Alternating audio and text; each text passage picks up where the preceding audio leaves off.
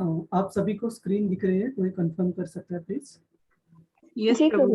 Okay, जी Prabhu ji. Thank you. Hare Krishna.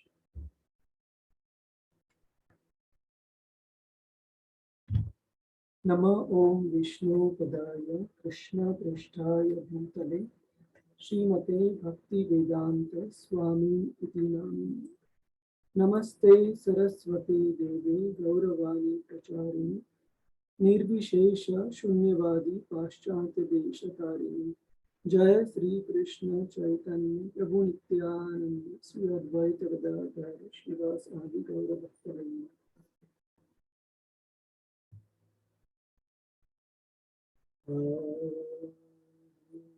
Krishna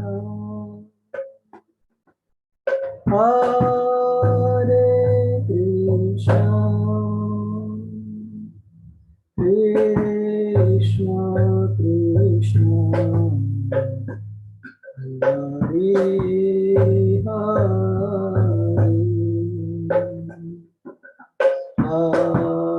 हरे राम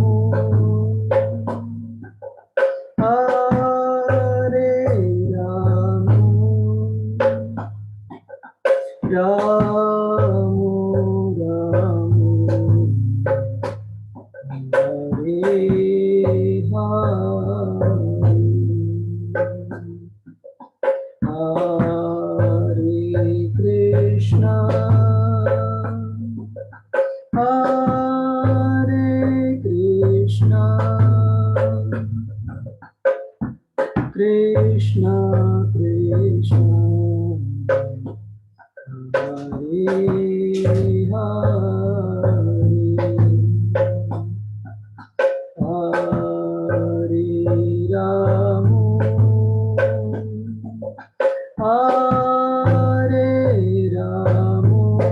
कृष्णा कृष्णा हरे हरे राम हरे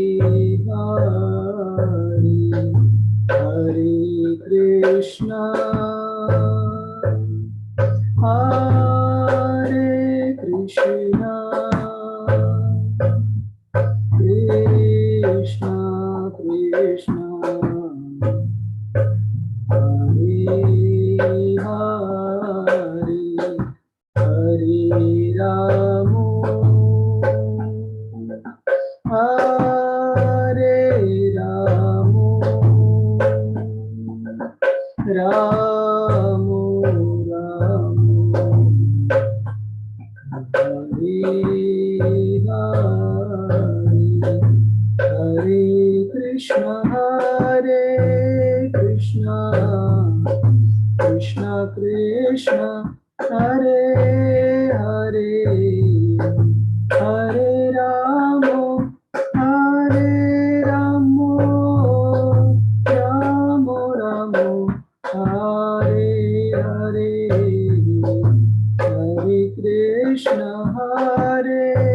कृष्णा कृष्णा कृष्णा हरे हरे हरे राम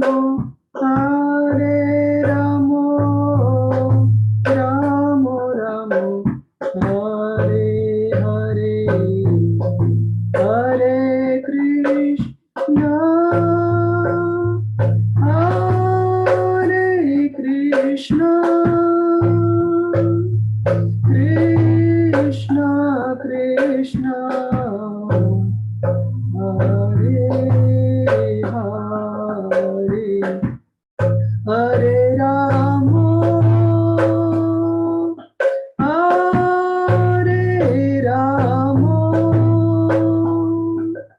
राम राम राम हरे हरे हरे कृष्णा हरे कृष्णा कृष्णा कृष्णा हरे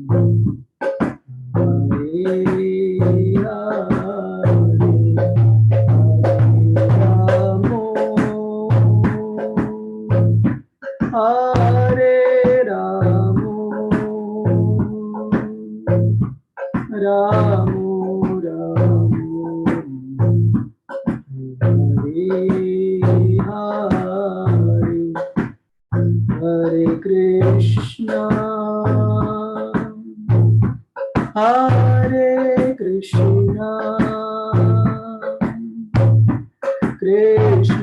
कृष्ण हरे हरे हरे रामो हरे रामो रामो रामो हरे हरे हरे कृष्णा कृष्ण कृष्ण हरे हरे हरे रामो रामो रामो हरे हरे जय गौरानिताय गौरानिताय गौरानिताय जय गौरानिताय जय जगन्नाथ जगन्नाथ बलदेव जय सुभद्रामय जय प्रभुपदा जय प्रभुपदा जय प्रभुपदा श्रील प्रभुपदा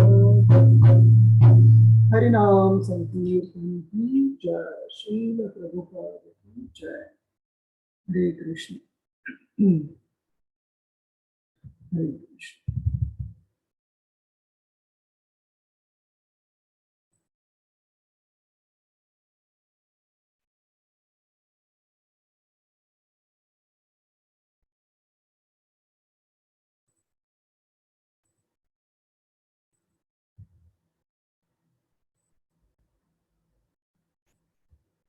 हरे कृष्ण। तो अभी हम कल के अध्याय में, कल के सत्र में हमने क्या चर्चा की थी उसके बारे में थोड़ा रिकैप करेंगे and then we proceed to today's discussion. तो आप में से किसी को याद है कि कल हमने कौन से विषय पर चर्चा की थी? कल कोई मुद्दा कल के डिस्कशन में से, कल की चर्चा में से? ब्रजेश प्रभु आपने अनम्यूट किया, कुछ बताना चाहेंगे? हमने कल क्या चर्चा की थी? हरे कृष्ण प्रभु जी। हरे कृष्ण प्रभु, बोलिए। प्रभु जी, कल हमने जो सेशन लिया था उसमें हम लोगों ने ये बात करी थी कि दिव्य ज्ञान के बारे में, if I am not wrong. हाँ हाँ, दिव्य ज्ञान के बारे में क्या बात जी की थी हमने दिव्य ज्ञान के बारे में? प्रभु जी, मैं थोड़ा अभी दूसरी क्लास चले। अटेंड। अच्छा सॉरी। ठीक है, चलेगा चलेगा प्रभु जी, बहुत ठीक है। और कोई कुछ बताना चाहेगा? हम कोई मुद्दा कल के हमारी चर्चा में से? प्रभु जी, हम किसी भी देवता की पूजा करें, अगर मन से करें तो वो कृष्ण जी की ही पूजा होती है। हमें सिर्फ हमारा जो कुछ भी है उन्हें ही अर्पण करना है।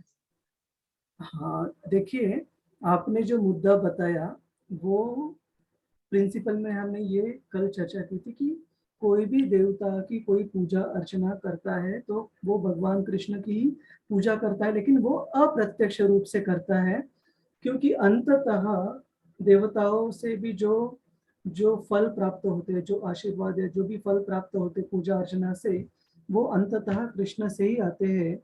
लेकिन हमने ये कभी कंक्लूड नहीं किया कि इसीलिए हमने देवताओं हरे की। कृष्ण प्रभु जी, हरे कृष्णा। मुझे याद आ गया, नवदा हाँ भक्ति के बारे में कल बताया था आपने, उसका हाँ मैसेज भी किया था, 9 हाँ प्रकार की भक्ति। हाँ, बहुत बहुत धन्यवाद प्रभु जी। तो नवविधा भक्ति कृष्ण के बारे में हम चर्चा करेंगे, और देवताओं की पूजा अर्चना के बारे में हमने ये कंक्लूड नहीं किया था कि हम देवताओं की पूजा अर्चना करें। हम वी शुड रिस्पेक्ट ऑल, है ना? हमने रिस्पेक्ट रिस्पेक्ट मतलब जो, एक मिनट, हमने मान सम्मान सारे देवताओं का करना है, सारे जीवों का भी करना है, लेकिन जो समर्पण करना है, कृष्ण भगवद गीता में कहते माम एकम शरणम व्रज। कृष्ण कहते अगर हमें, श्रील प्रभुपाद जी उदाहरण देते कि पहले माले से 50वें माले तक जाने के लिए अगर escalator, sorry not escalator, elevator अगर उपलब्ध है, लिफ्ट अगर उपलब्ध है, तो हमें सीढ़ियों से जाने की जरूरत नहीं है। तो अगर हमें इसी जीवन में परिपूर्णता हासिल करनी है तो भगवान कृष्ण कहते कि उनके शरण में जाओ, देवी देवताओं का मान सम्मान हम सारे देवी देवताओं का करते हैं, लेकिन वो कृष्ण के अंश के रूप में, है ना? लेकिन हम भौतिक चीजों के लिए हम देवी देवताओं को भक्त उनको अप्रोच नहीं करते, उनके पास भौतिक चीजों के लिए नहीं जाते, क्योंकि वो अगर भौतिक फल हम लेंगे तो हमें भौतिक फलों का जो जो कर्म और उनके फल का जो ये रहता है, साइकिल रहता है, उसमें हम बंधे जाएंगे, कर्म फलों में बंधे जाएंगे अगर हम देवताओं से भौतिक फल लेंगे तो ये बहुत महत्वपूर्ण मुद्दा है माता जी। इस पर कुछ डाउट है आपको, कुछ संदेह है? कंक्लूजन हमने क्या चर्चा की थी? हरे कृष्णा प्रभु जी। हाँ बोलिए माता जी, हरे कृष्ण। हाँ प्रभु जी, भगवान श्री कृष्ण अर्जुन जी से ही ये गुप्त ज्ञान इसलिए बोलते हैं क्योंकि अर्जुन जो थे वो उनके सखा थे और उनके प्रिय भक्त भी थे। हाँ, तो उन्होंने भक्ति को सबसे ज्यादा सर्वोच्च मतलब बताया है कि उत्तम जो मेरी पूजा जो है मतलब भक्ति ही मतलब भक्ति कि ही, मुझ तक पहुंचने का रास्ता है। सही बात, अच्छी बात कही आपने। और अर्जुन कृष्ण के भक्त थे, सखा थे, और इसलिए वो ईर्ष्या बिल्कुल नहीं थी उनके मन में कृष्ण के लिए। और भक्ति जो है वो कृष्ण को खुद को समर्पित करने का उच्चतम तरीका है। बाकी जो जो मार्ग है, कर्म योग का मार्ग है, ज्ञान योग का मार्ग है, हठ योग का मार्ग है, ये सारे मार्ग, ये सारी पद्धति अंततः भक्ति में ही जाकर मिलते हैं। और जब तक हम भक्ति भगवान कृष्ण के बारे में नहीं प्राप्त करेंगे, तब तक बाकी किसी भी मार्ग का अवलंबन करके हमें परिपूर्णता नहीं मिलने वाली। तो इसीलिए कृष्ण भगवद गीता में बताते हैं कि माम एकम शरणम व्रज। हम प्रश्नोत्तर पर आएंगे माता जी। तो उससे पहले हमने और एक मुद्दे के बारे में चर्चा की थी। किसी को याद है कि कृष्ण का योग ऐश्वर्य मतलब क्या है? व्हाट डज योग ऐश्वर्य मीन? भगवान कृष्ण ने योग ऐश्वर्य के बारे में बहुत विस्तार से बताया है 9वें अध्याय में। तो उसके बारे में कोई मुद्दा याद है किसी को? हरे कृष्णा प्रभु जी। हाँ स्मिता माता जी बोलिए। कल कृष्ण ने बताया था कि मैं ही सब कुछ हूँ। हाँ, जो लोग देवताओं की पूजा करते हैं वो देवताओं की भौतिक प्राप्ति करते हैं, जो पितरों की पूजा करते हैं वो पितृलोक में चले जाते हैं। हाँ, जो जिस भावना से जिस तरीके से पूजा करता है वो उसी में जाकर के विलीन हो जाता है। और कोई श्रद्धा के साथ मुझे पत्ता, फल, जल जो भी अर्पित करता है वो मैं स्वीकार करता हूँ। और मैं किसी के साथ ना तो ईर्ष्या का भाव रखता हूँ और ना मैं किसी के साथ विशेष प्रेम का भाव रखता हूँ। लेकिन जो मेरी भक्ति में लीन रहता है उसके लिए मेरा भाव थोड़ा प्रेम पूर्वक अधिक होता है। बहुत बहुत अच्छा बताया माता जी आपने, बहुत अच्छा लगा। तो बहुत बहुत धन्यवाद। और आपने जो शुरू की चीज बताई कि कृष्ण ने कहा है 9वें अध्याय में कि सारे आध्यात्मिक और भौतिक जो भी चीज है इस निर्माण, इस निर्मिति में है, वो सारे ही कृष्ण से प्राप्त होती है। लेकिन कृष्ण खुद इसमें इन्वॉल्व नहीं है। क्यों इन्वॉल्व नहीं है? क्योंकि उनकी जो शक्तियां है, उनकी जो एनर्जीज है, पूरी जगत को चलाती है। उनको खुद इन्वॉल्व के लिए हम हिंदी शब्द एक बार देखेंगे। खुद शामिल होने की जरूरत नहीं है। क्यों? जैसे हमने उदाहरण दिया था कि अगर पंत प्रधान जी को कहीं पर जाना हो तो उनके रहने के, खाने की, गाड़ी की सारी व्यवस्था पहले हो जाती है। उनको खुद उसमें सोचने की, प्लान करने की जरूरत नहीं रहती। उनकी जो एनर्जी, उनकी जो ऊर्जा है, जैसे अलग अलग डिपार्टमेंट है, वो सारे व्यवस्था कर लेते हैं। वैसे भगवान कृष्ण, ये पूरा जो निर्माण है सृष्टि का, ये उन्हीं से होता है। लेकिन ये सृष्टि चलाने के लिए उनको खुद शामिल होने की, खुद प्रयास करने की जरूरत बिल्कुल नहीं है। उनकी जो ऊर्जा, उनकी जो शक्तियां है, वो इसे चलाती है। और इसे कहते हैं कृष्ण का कौन सा शब्द? योग ऐश्वर्य। योग ऐश्वर्य कृष्ण का है कि कृष्ण सब कुछ सृष्टि के निर्माता है, लेकिन फिर भी वो सृष्टि में शामिल होने की उनको जरूरत नहीं है। अपने केवल शक्ति से, अपने केवल ऊर्जा से ये पूरा जगत चलता है। कृष्ण, अभी हम प्रश्नोत्तर की तरफ जाएंगे। कृष्ण की दिव्य प्रकृति को कौन नहीं समझ सकता है कि वह सभी का सर्वोच्च, वो सभी के सर्वोच्च भगवान है। जो व्यक्ति मूर्ख और नास्तिक और आसुरी विचारों से मोहित है, जो महात्मा और आध्यात्मिक ज्ञान से प्रबुद्ध लोग हैं, जो अनपढ़ और जो पढ़ या लिख नहीं सकते, हमेशा हरे कृष्ण का जाप करे और ग्रह पूजा विग्रह हरे शायद कृष्ण प्रभु जी, आवाज कम आ रही है। आवाज कम आ रही है प्रभु जी, ठीक है। और किसी को ये दिक्कत आ रही है आवाज की? नहीं प्रभु जी। नहीं गुरुजी। अच्छा, किशन लाल प्रभु, अगर फिर भी दिक्कत आती है, मैं आपको एक बार विनती करूंगा, आप एक बार डिस्कनेक्ट करके फिर से कनेक्ट कीजिए, और फिर भी आपको अगर आवाज कम आती है तो बताइएगा प्रभु जी, ठीक है? एक बार प्रयास कीजिए। तो इसका उत्तर अब मैं चैट्स में देखता हूँ। तो इसका ए है प्रभु जी, उत्तर है फर्स्ट। ए। हाँ, कृष्ण कहते हैं अवजानन्ति मां मूढ़ा तनुषी अनु आश्रिता। जो कि मूर्ख व्यक्ति है, जो कि नास्तिक व्यक्ति है, वो भगवान कृष्ण को नहीं समझते। और जैसे हमने उदाहरण में पहले चर्चाओं में एक उदाहरण लिया था दुर्योधन का, जब कृष्ण ने विश्वरूप दुर्योधन को दिखाया, जब उसने सैन्य कृष्ण के ऊपर भेजने की चेष्टा की, कृष्ण को बंधित करने के लिए, पकड़ने के लिए, तब दुर्योधन का समझ ये था कि कृष्ण कोई बड़े योगी है और मुझे अपने योगिक शक्ति से डराना चाहते हैं। तो ये इसको मूर्ख प्रवृत्ति कही जाती है कि भगवान कृष्ण उनके सामने खड़े हैं, उनको कह रहे हैं क्या करना चाहिए। और ये फर्क है दुर्योधन में और अर्जुन में। अर्जुन में भी काफी सारे उनके विचार थे कि युद्ध क्यों नहीं करना चाहिए, लेकिन जब भगवान ने अपना उपदेश दिया, अंततः भगवान ने ये नहीं कहा अर्जुन को क्योंकि मैं तुम्हें कह रहा हूँ तुम ये युद्ध लड़ो। अर्जुन को कहा कि मुझे जो उपदेश करना था तुम्हें, मुझे क्या सही लगता है क्या गलत लगता है, मैंने ये तुम्हें बताया।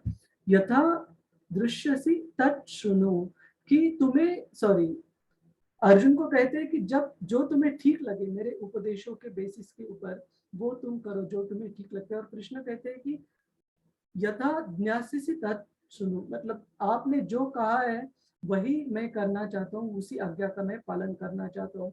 तो ये फर्क है एक भक्त में और एक नास्तिक या एक मूर्ख व्यक्ति में। जो दुर्योधन था कि कृष्ण सामने होते हुए ना तो वो कृष्ण को जान पाया, और कृष्ण ने जब उसे उपदेश करने की कोशिश की, वही चीज करने के बारे में भी हुई कि कुरुक्षेत्र के युद्ध के शुरू में भगवान कृष्ण ने पहले कर्ण को भी बताया कि हे कर्ण, तुम पांडवों के बड़े भाई हो, और अगर पांडवों की विजय होती है तो युधिष्ठिर महाराज नहीं, तुम राजा बनोगे अगर तुम पांडवों की ओर से आ जाओगे। ऐसे नहीं था कि कर्ण की शक्ति की कृष्ण को या पांडवों को जरूरत थी, लेकिन यह कृष्ण की बड़ी कृपा है किसी भी जीव के ऊपर जब वो उन्हें ज्ञान प्रदान करते हैं। लेकिन जो आसुरिक प्रवृत्ति की, जो नास्तिकवादी या जो मूर्ख प्रवृत्ति के लोग रहते हैं, वो भगवान कृष्ण ने उनके सामने उपदेश करने के बाद भी ना तो उस उपदेशों को जानना चाहते हैं ना समझ पाते हैं।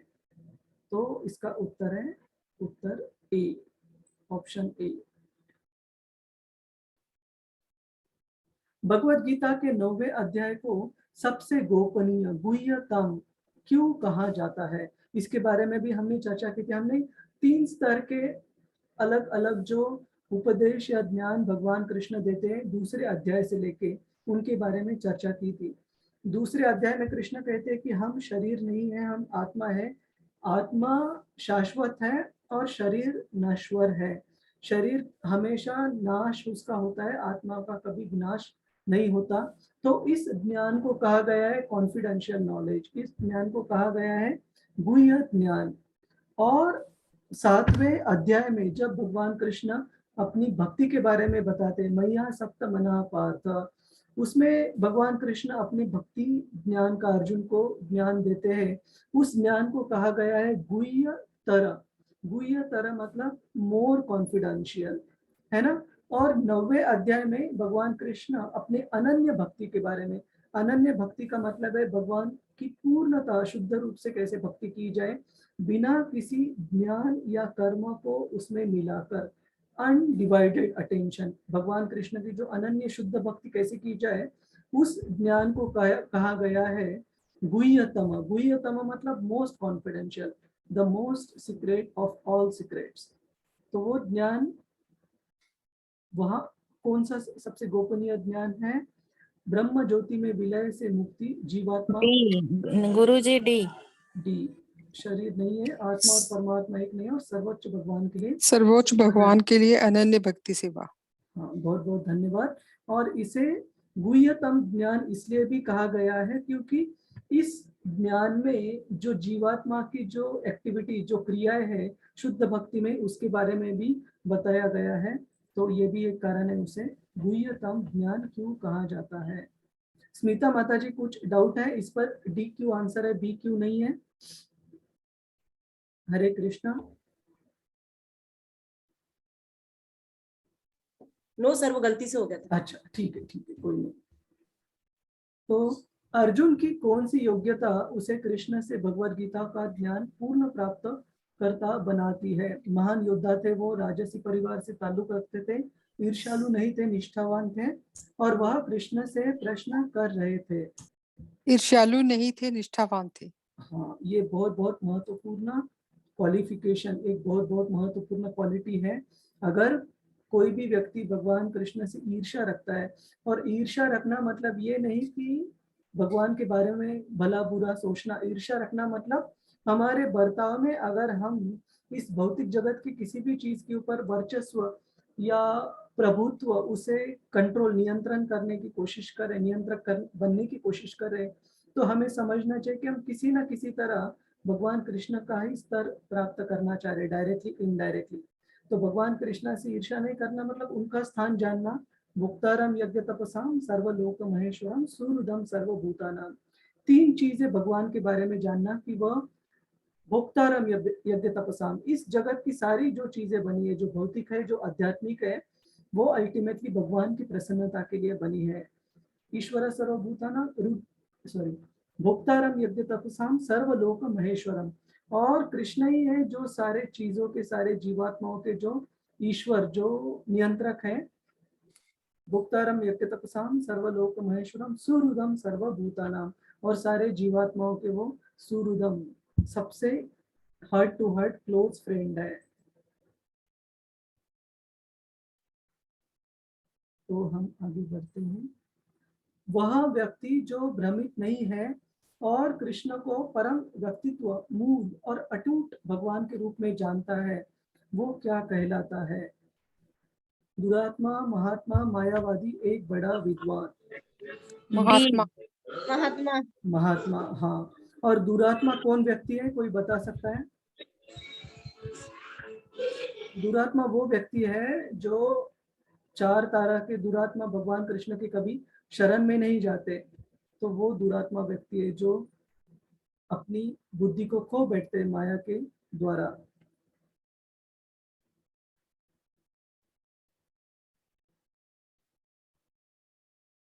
लेकिन कृष्ण का, आप कृष्ण की महानता, उनका बड़ा हृदय देखिए कि किंतु दुर्योधन अपने जीते जागते वक्त कभी भी भगवान कृष्ण को ना तो समझ पाया, ना तो उनको समर्पण कर पाया, लेकिन फिर भी उसको अच्छी गति प्राप्त हुई, केवल और केवल भगवान कृष्ण के वहाँ अवतरित होने से, भगवान कृष्ण के वहाँ present, because Krishna was present there, मौजूद होने से वहां पर दुर्योधन को अच्छी गति प्राप्त हुई। दुर्योधन को ही नहीं, सारे जो सैनिक, जो कौरवों की तरफ से, जो पांडवों की तरफ से जो मारे गए, उन सबको बहुत अच्छी गति प्राप्त हुई भगवान कृष्ण की मौजूदगी के कारण, और धर्म क्षेत्र पे अपनी जान निछावर करने के कारण, और क्षत्रिय धर्म का पालन करते हुए अपनी जान निछावर करने के कारण उनको बहुत, सबसे महत्वपूर्ण चीज थी कि भगवान कृष्ण वहां पर खुद मौजूद थे। कृष्ण किस प्रकार के प्रसाद ग्रहण करते हैं? डैश डैश से बना प्रसाद, शुद्ध घी और फलों और मेवों से बना, सोने और चांदी के यदि कोई प्रेम तथा भक्ति के साथ मुझ पर पुष्पत्र, फल या जल प्रदान करता है। हाँ, बहुत बहुत धन्यवाद प्रभु जी। पत्रम, पुष्पम, फलम, तोयम, ये 4 प्रकार की चीजें भगवान ग्रहण करते हैं, और जब तभी ग्रहण करेंगे जब हम उनको प्रेममय तरीके से भगवान कृष्ण को नम्रता से वो चीज अर्पण करेंगे। ऐसे नहीं है कि भगवान कृष्ण हमारे छोटे से भोग के लिए वो बहुत तरसे हैं, या हम उनको भोग अर्पण करने के लिए वो उनकी पास कुछ कमी है। उनके पास सब कुछ है, भगवान के पास हजारों हजारों लक्ष्मी जी उनको 24/7 हमेशा हर वक्त उनकी सेवा करने के लिए तत्पर है, तैयार है। फिर भी भगवान ऐसे भक्त को जो कि प्रेम से उन्हें कुछ चीज अर्पण करता है, उन्हें मौका देते हैं अपनी खुद की मतलब उस भक्त की शुद्धता के लिए, है ना। तो पत्रम पुष्पम फलम तोयम, ये चीजें वो स्वीकार करते हैं। एक शुद्ध भक्त के लक्षण क्या है? भगवा पोशाक होना, गले में तुलसी की माला होना, मंदिर में रहता है वो भक्त, हमेशा सर्वोच्च भगवान कृष्ण भगवान के व्यक्तित्व की महिमा का जप करते। हाँ, डी हमने डी हमेशा सर्वोच्च भगवान कृष्ण भगवान के व्यक्तित्व की महिमा का जप करने में लगे रहते हैं। हाँ, बहुत बहुत धन्यवाद माता जी। हमने कल एक श्लोक देखा था, महात्मानस्तु माम पार्थ, वो जो श्लोक था उसमें महात्मा के वर्णन आते हैं और उसके अगले श्लोक में महात्मा के ही वर्णन कृष्ण आगे बताते हैं। उसमें पहले कहा गया था सततम कीर्तयन्तो माम, कीर्तन करना मतलब वो भगवान के नाम, गुण, रूप और उनकी लीला के बारे में, हमेशा महिमा के बारे में, हर हमेशा जो भगवान के जो शुद्ध भक्त रहते हैं उनके बारे में कथन करने में बहुत रुचि रखते हैं।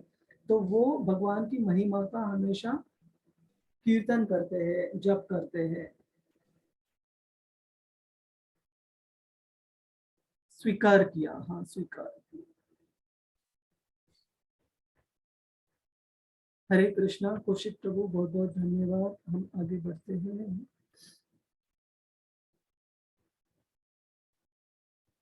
कृष्ण भावनामृत में हमारे मन को संलग्न करने में मदद करने के लिए कृष्ण किन 4 तरीकों का उल्लेख करते हैं? हाँ, ये हमने चैप्टर के कंक्लूजन में देखा, एंड में देखा कि कृष्ण 4 चीजें बताते हैं। मन मना भव मद भक्तो मध्या जी माम नमस्कुरु।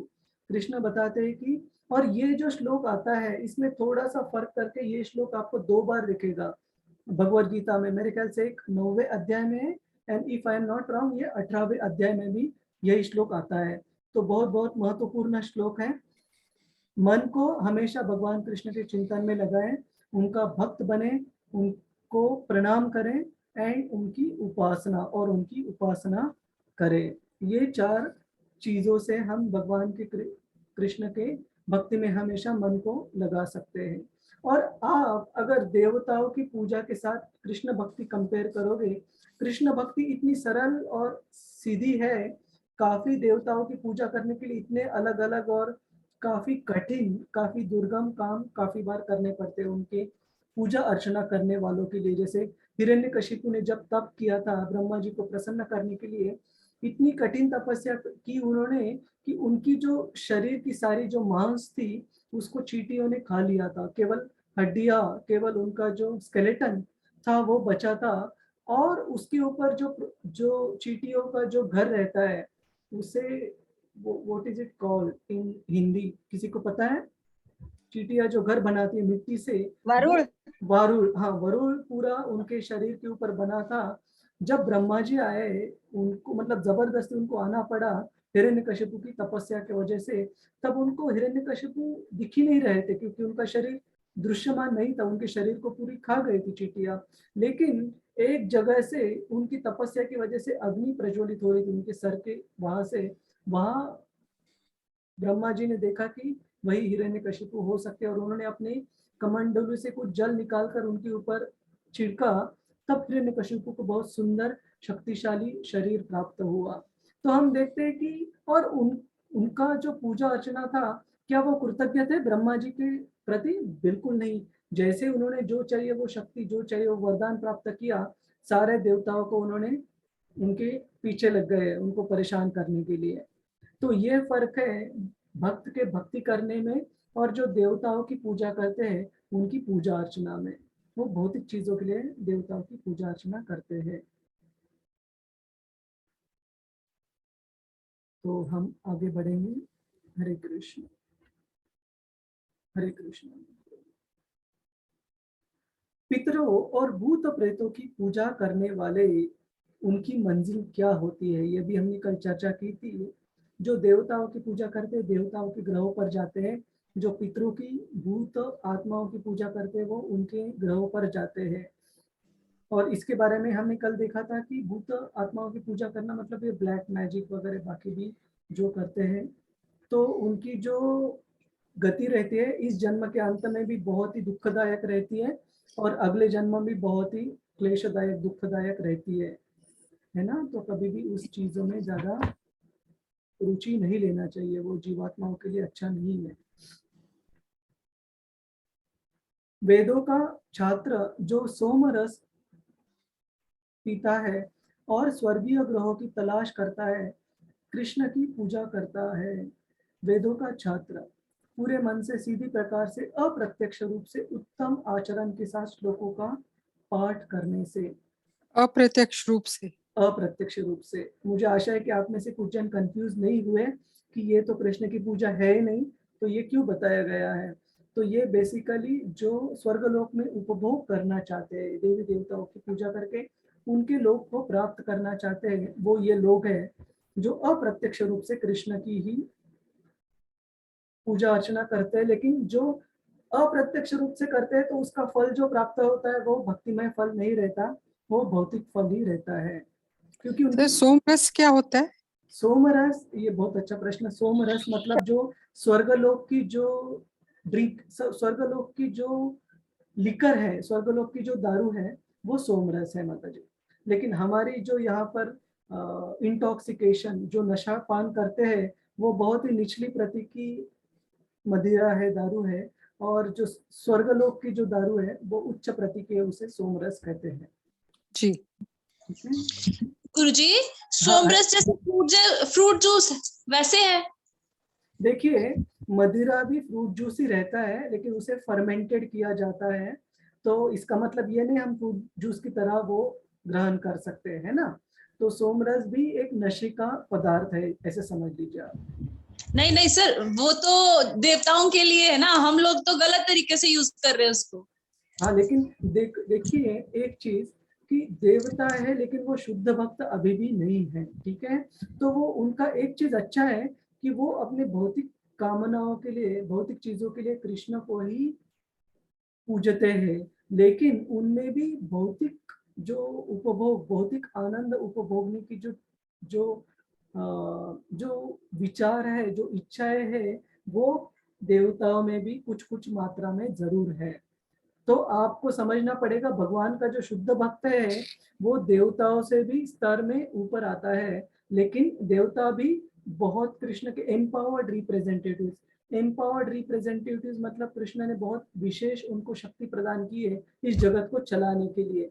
वो साधारण जीवात्माएं नहीं है, बहुत विशेष जीवात्माएं हैं, लेकिन शुद्ध भक्ति के स्तर पर वो नहीं है, ये हमने समझना चाहिए माता जी, ठीक है। लेकिन इसमें एक चीज, अभी ये पॉइंट बताए तो एक मुद्दा और बताऊंगा कि देवताओं में सारे देवता है वैसे नहीं, जैसे कुछ कुछ है। जैसे शिव जी के बारे में हमने कल चर्चा की कि शिव जी जीवात्मा के स्तर पर नहीं आते। शिव तत्व, विष्णु तत्व और जीव तत्व, ये तीन प्रकार के व्यक्तिगण है। एक है कृष्ण और उनके अवतार जो विष्णु तत्व में आते हैं, एक है जीव और देवताओं भी सारे इसी तत्व में आते हैं, ब्रह्म, चंद्र, इंद्र, वरुण, वायु। लेकिन शिव जी है वो शिव तत्व में आते हैं, जो कृष्ण और जीव के बीच में, लेकिन वो भगवान कृष्ण के शुद्ध भक्त, वैष्णवानाम यथा शंभु, सर्वश्रेष्ठ भक्त है। और वैसे और एक चीज जाने जाए तो देवताओं में जो उच्चतम, सबसे उच्चतम देवता है हमारे इस भौतिक जगत में, ब्रह्मा जी, वो भी कृष्ण के शुद्ध भक्त है। तो उनके बारे में हमने कभी उनका अपमान या उनको कम नहीं समझना चाहिए, लेकिन एट द सेम टाइम ये समझना चाहिए कि बाकी जो देवता है वो शुद्ध भक्ति के स्तर पर नहीं है। कृष्ण एक शुद्ध भक्त की भक्ति सेवा में कैसे मदद और रक्षा करते हैं। ऐसे भक्त के लिए कृष्ण उनकी जो आवश्यकताएं होती है उन्हें पूरा करते हैं, और जो उस भक्त के पास लैकिंग, कुछ अगर उनके पास नहीं है जो भक्ति के लिए चाहिए, तो कृष्ण वो प्राप्त करवाते हैं, और जो उनके पास है उसे रक्षा करते हैं। या फिर कृष्ण सार्वभौम रूप धारण करते हैं, या सांसारिक कर्तव्य को छोड़कर वन में ध्यान करने की सलाह देते हैं, या गर्मा गर्म दूध देते हैं। हाँ, तो ये बहुत ही फेमस, काफी प्रसिद्ध श्लोक है। अनन्या चिंतयन्तो माम ये जना पर्युपासते तेषाम नित्याभियुक्तानाम योगक्षेमम वहाम्यहम, कि भगवान कृष्ण कहते हैं जो अनन्य भक्ति में मेरी सेवा करता है, अनन्य भक्ति में मुझे भक्ति करता है, उस भक्त के लिए उसके जीवन में जो भी कोई चीज भक्ति के लिए चाहिए और वो उसके जीवन में कमी है, भगवान कृष्ण उसको पूरी तरह पूरी करेंगे। और जो भी चीज उसके जीवन में पहले से है उसकी भगवान रक्षा करते हैं। जैसे ध्रुव महाराज ने जब भगवान की धारणा करनी शुरू की, अपने जो गुरु थे नारद मुनि उनके उपदेश को लेकर, तब वो जो इच्छा थी उनकी, वो भौतिक इच्छा थी। उनकी इच्छा थी कि उनके जो परदादा है ब्रह्मा जी, उनसे भी बड़ा उनको राज्य प्राप्त करना था। तो ये आध्यात्मिक इच्छा नहीं थी, लेकिन क्योंकि उन्होंने वो मार्ग का अवलंबन किया जो कृष्ण के भक्त ने उनको दिखाया, नारद मुनि जी ने, तो कृष्ण ने उनको भक्ति प्रदान की और उनकी जो इच्छा थी उसको शुद्ध किया, उनके हृदय को शुद्धिकरण किया। और ध्रुव महाराज ने कृष्ण को कहा, जब कृष्ण उनके सामने प्रकट हुए, कि हे भगवान, मैं एक टूटे हुए शीशों के टुकड़ों के लिए ढूंढ रहा था, मतलब ब्रोकन पीसेस ऑफ ग्लास, मैं एक शीशे के टुकड़े ढूंढ रहा था, लेकिन आपने आज जो मुझे प्रदान किया है वो एक हीरा है, और मुझे अभी वो टूटे हुए शीशों के टुकड़े बिल्कुल नहीं चाहिए, मुझे वो मेरी भौतिक इच्छा है बिल्कुल नहीं चाहिए, राज्य बिल्कुल नहीं चाहिए, ब्रह्मा से भी बड़ा। लेकिन कृष्ण ने कहा कि आपने एक बार उसकी इच्छा की है और मैंने आपका हृदय शुद्धिकरण किया है, तो आप वो ले लीजिए और उस पर आप राज्य कीजिए। तो इसी तरह जो पोल स्टार, जो नॉर्थ पोल ने पोल स्टार, जो ध्रुव तारा है, ध्रुव महाराज को भगवान ने दिया, और वहाँ ध्रुव महाराज अभी भी राज्य करते हैं। और वो पोल स्टार ऐसे भौतिक जगत में होने के बावजूद, जब इस भौतिक जगत का क्षय होता है, प्रलय होता है, तब भी पोल स्टार डिस्ट्रॉय नहीं होता। तो ये भगवान कृष्ण की मदद है भक्त के लिए, जो कोई भौतिक इच्छा भी क्यों ना कर रहे हो। You must answer. हाँ,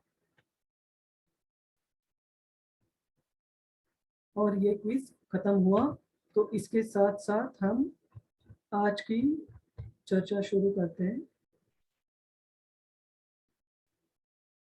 और एक चीज मैं बताऊंगा, जैसे हम स्लाइड्स में आगे बढ़ेंगे, कि पूरी भगवत गीता में चतुश्लोकी भगवत गीता कह कर 4 महत्वपूर्ण श्लोक आते हैं। तो भगवत गीता में महत्वपूर्ण श्लोक तो हर कोई है, कोई कम महत्वपूर्ण नहीं है, लेकिन उन सब श्लोकों में जो क्रक्स, जो सार है भगवत गीता का, वो 4 श्लोकों में आता है। और वो 4 श्लोक आज के अध्याय में हम देखने जा रहे हैं। उन श्लोकों का आप नंबर नोट करके रख सकते हैं, 10.8 से लेकर 10.11, 8 से लेकर 11 तक 10वें अध्याय में। ठीक है, हम आगे बढ़ते हैं। हरे कृष्णा प्रभु जी। हरे कृष्णा माता जी, बोलिए। जी सॉरी डिस्टर्ब किया। ये मेरे क्विज में ना एक क्वेश्चन आया है, अर्जुन की कौन सी योग्यता उसे कृष्ण से भगवत गीता के ज्ञान का पूर्ण प्राप्तकर्ता बनाती है? ये क्या ये करवाया है, बोला था? हाँ, ये हमने चर्चा की थी। अर्जुन कृष्ण के भक्त और सखा थे, और कृष्ण से ईर्ष्या बिल्कुल नहीं रखते थे, वो उनकी पात्रता थी। तो वो ऑप्शन आपको दिख रहा है कि वो ईर्ष्यालु नहीं थे, नहीं करते थे, निष्ठावान थे। हाँ, करेक्ट। तो वो, धन्यवाद। हरे कृष्ण। श्री भगवान उवाच भूय एव महाबाहो शृणु मे परमं वचः यत्तेऽहं प्रीयमाणाय वक्ष्यामि हितकाम्यया। श्री भगवान ने कहा, और एक चीज मैं बताना चाहूंगा आपको, कि ये जो संस्कृत के श्लोकों को दोहराने से, याद करने से इतने फायदे हैं कि जस्ट कुछ बताने की। कृष्ण कहते हैं कि ऐसे व्यक्ति जिनकी जीवा इस अलंकार से हमेशा अलंकारित रहते हैं। जैसे लोगों को अलंकार पहनने अच्छे लगते हैं, अपने आप को सुंदर दिखने के लिए, दिखाने के लिए, तो हमारा सही में अलंकार है भक्ति का अलंकार, है ना। ये जो सोने के, हीरो के, प्लैटिनम के जो अलंकार रहते, वो तो बाहरी अलंकार है। सही में अलंकार है अगर हम भक्तिमय गुणों से खुद को अगर सजाते हैं, तो उसमें से एक बहुत महत्वपूर्ण गुण है कि अगर हम भगवत गीता के महत्वपूर्ण श्लोकों को सीखने लगे, उनको दोहराने लगे और उनको याद अगर हम कर पाए तो बहुत अच्छा है। और ऐसे व्यक्ति जिनके जीवा पर ये श्लोक वास करते हैं, जिनको ये श्लोक, वो गाना अच्छा लगता है, दोहराना अच्छा लगता है, उनके जीवा पर साक्षात कृष्ण विराजमान रहते हैं। है ना, और वो अलंकार भूषण है अपने जीवा का। तो हमने याद करने की बिल्कुल कोशिश करनी चाहिए, लिखने चाहिए, बार बार दोहराने चाहिए, फिर याद हो जाएंगे। उच्चारण के लिए पूनम माता जी, बीना माता जी और बाकी जो एडमिन्स हैं वो हर रोज यूट्यूब में से कुछ कुछ स्निपेट्स भेजते हैं हर एक अध्याय के, वो यूट्यूब में फ्री में अवेलेबल है। बीना माता जी, आप अगर वो लिंक भी दे देंगी जहां पर पूरी भगवद गीता के श्लोकों का रिसाइटेशन है, वो अपने ग्रुप पर प्लीज एक बार शेयर कर दीजिएगा, ठीक है, राधा गोपीनाथ प्रभु जी द्वारा। तो वो सुनने में आपको पता चल जाएगा कि हम इन श्लोकों को कैसे दोहराना है, और भगवद गीता के अंत में भी संस्कृत शब्दों का प्रोनाउंसिएशन बताया गया। प्रोनाउंसिएशन मतलब उच्चारण कैसे करना है, और अगर हम सिंसियर हैं तो कृष्ण हमें सब कुछ सिखा देंगे, आपको अलग से कुछ शिक्षा लेने की जरूरत नहीं है माता जी, ठीक है। हरे कृष्ण प्रभु जी। हरे कृष्ण प्रभु जी, बीना माता जी इज नॉट हियर।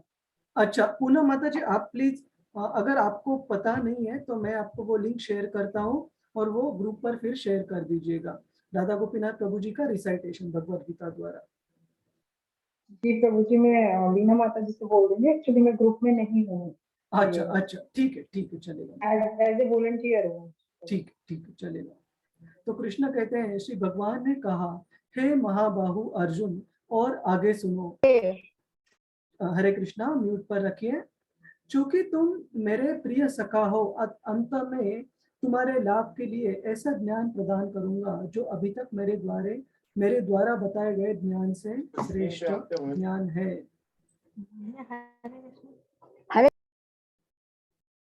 हरे कृष्णा मधु माता जी, हम अंत में प्रश्नोत्तर के सेशन में आपका प्रश्न लिया तो चलेगा? जी चलेगा। हाँ, क्योंकि नहीं तो हमें लेट हो जाएगा। अब लास्ट में पूछेंगे वो। हाँ, बहुत बहुत धन्यवाद। अभी जो कृष्णा ज्ञान बताने जा रहे हैं उनके बारे में, वो कृष्ण करे के सारे ज्ञान जो अभी तक कहा गया उसमें सर्वश्रेष्ठ है। कृष्ण कहते हैं, न मे विदु सुरगना प्रभवं न महर्षयः अहम आदिर्हि देवानां महर्षीणां च सर्वशः। न तो देवतागण मेरी उत्पत्ति का ऐश्वर्य को जानते हैं और न महर्षिगण ही जानते हैं, क्योंकि मैं सभी प्रकार के देवताओं और महर्षियों का भी कारण स्वरूप उद्गम हूँ। जो मुझे अजन्मा अनादि समस्त लोकों के स्वामी के रूप में जानता है, मनुष्यों में केवल वही मोह रहित और समस्त पापों से मुक्त होता है। सप्तर्षिगण तथा उनसे भी पूर्व जो चार महर्षि मतलब चतुष्कुमार एवं सारे मनु, इनके बारे में हमने चर्चा की थी कि मनु ये ब्रह्मा जी से उत्पन्न होते हैं। उनके एक दिन में, ब्रह्मा जी के एक दिन में 14 मनु रहते हैं, और मानवों की उत्पन्न जो प्रजनन है, जो उत्पन्न होते हैं मानव, वो मानव जाति के जो पूर्वज है वो मनु है, और मनु के नाम से ही मानव जाति को मानव कहा जाता है। वो सब मेरे से मतलब कृष्ण से, ये सारे देवी देवता है, महर्षि गण, मनु, ब्रह्मा जी, शुरू से वो किन से उत्पन्न हुए हैं? भगवान कृष्ण द्वारा, स्पेसिफिकली गर्भोदक्षय विष्णु द्वारा ब्रह्मा जी का उत्पन्नता होती है, निर्माण होता है, और ब्रह्मा जी से सारे जो प्रजापति है उनकी निर्मिति होती है, और प्रजापतियों से मानव या बाकी प्रजातियों की निर्माण होता है।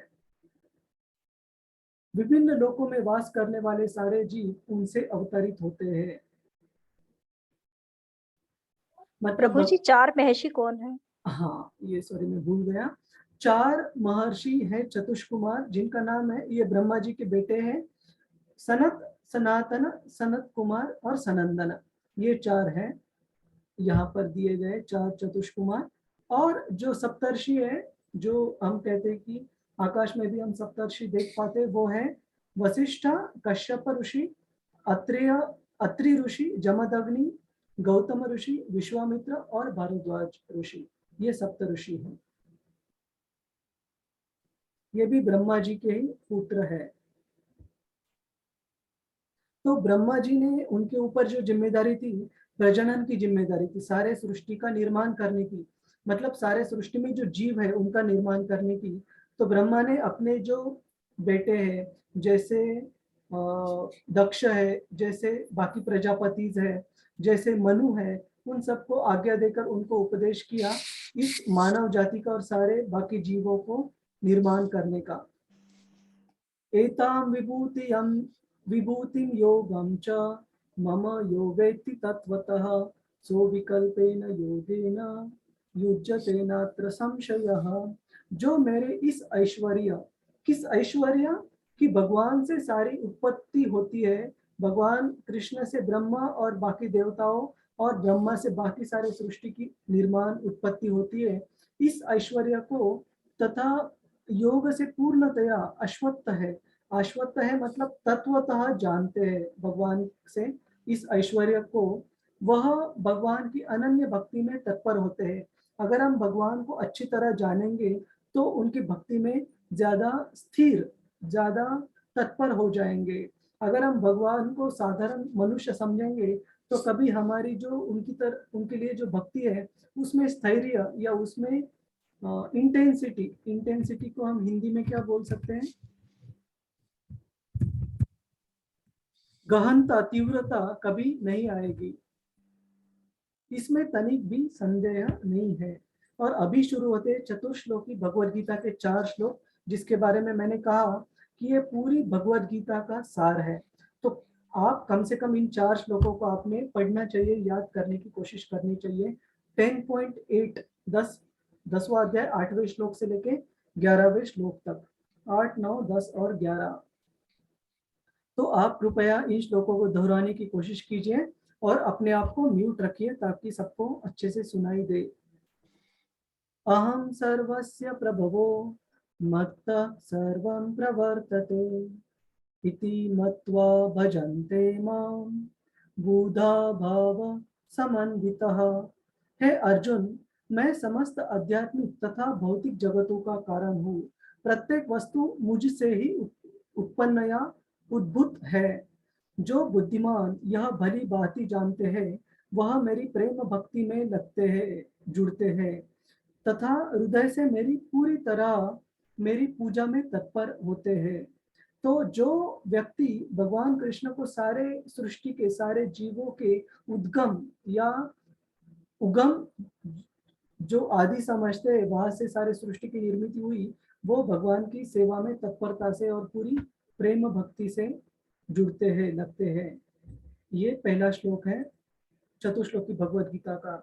और दूसरा श्लोक आता है, मच्चित्ता मद्गता प्राणा बोधयन्तः परस्परं कथयन्तश्च मां नित्यं तुष्यन्ति च रमन्ति च। कि भगवान कहते कि मत चित्ता मत गता प्राणा बोधयन्ता परस्परम।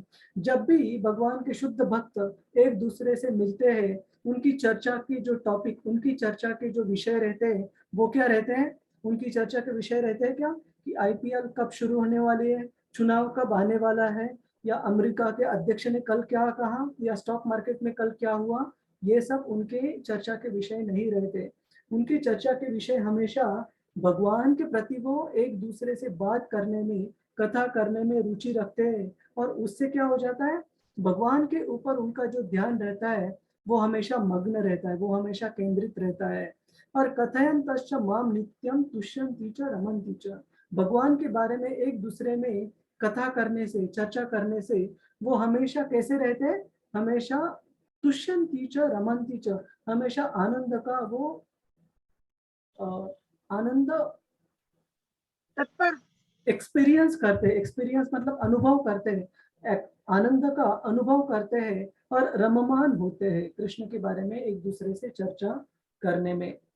मेरे शुद्ध भक्तों के विचार मुझ में वास करते हैं, अपना जीवन वो कृष्ण की सेवा में अर्पित रखते हैं और वो एक दूसरे को ज्ञान प्रदान करते तथा मेरे विषय में मतलब कृष्ण के विषय में बात करने में संतोष तथा आनंद का अनुभव करते हैं। तेषां सतत युक्तानां भजतां प्रीतिपूर्वकं ददामि बुद्धि योगं तं येन माम् उपयन्ति ते। जो प्रेम पूर्वक मेरी कृष्ण की सेवा में निरंतर लगे रहते हैं, उन्हें मैं ज्ञान प्रदान करता हूँ जिसके द्वारा वो मुझ तक आ सकते हैं। तो यहाँ पर उदाहरण दिया गया है ध्रुव महाराज का, जो कि हमने थोड़ी देर पहले चर्चा की। वे बहुत ही भौतिक इच्छा थी उनकी, लेकिन एक चीज उन्होंने अच्छी की। कौन सी चीज अच्छी की, कोई बता सकता है? ध्रुव महाराज ने कौन सी चीज विशेष थी उनमें? 4 महर्षि को ये हमने उत्तर दिया। वे कृष्ण के अनन्य भक्त थे देखिए माता जी, और निस्वार्थ से वो भक्ति कर रहे थे।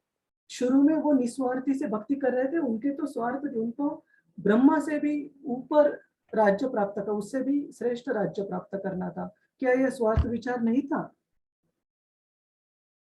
क्या वो कृष्ण के अनन्य भक्त शुरू से थे?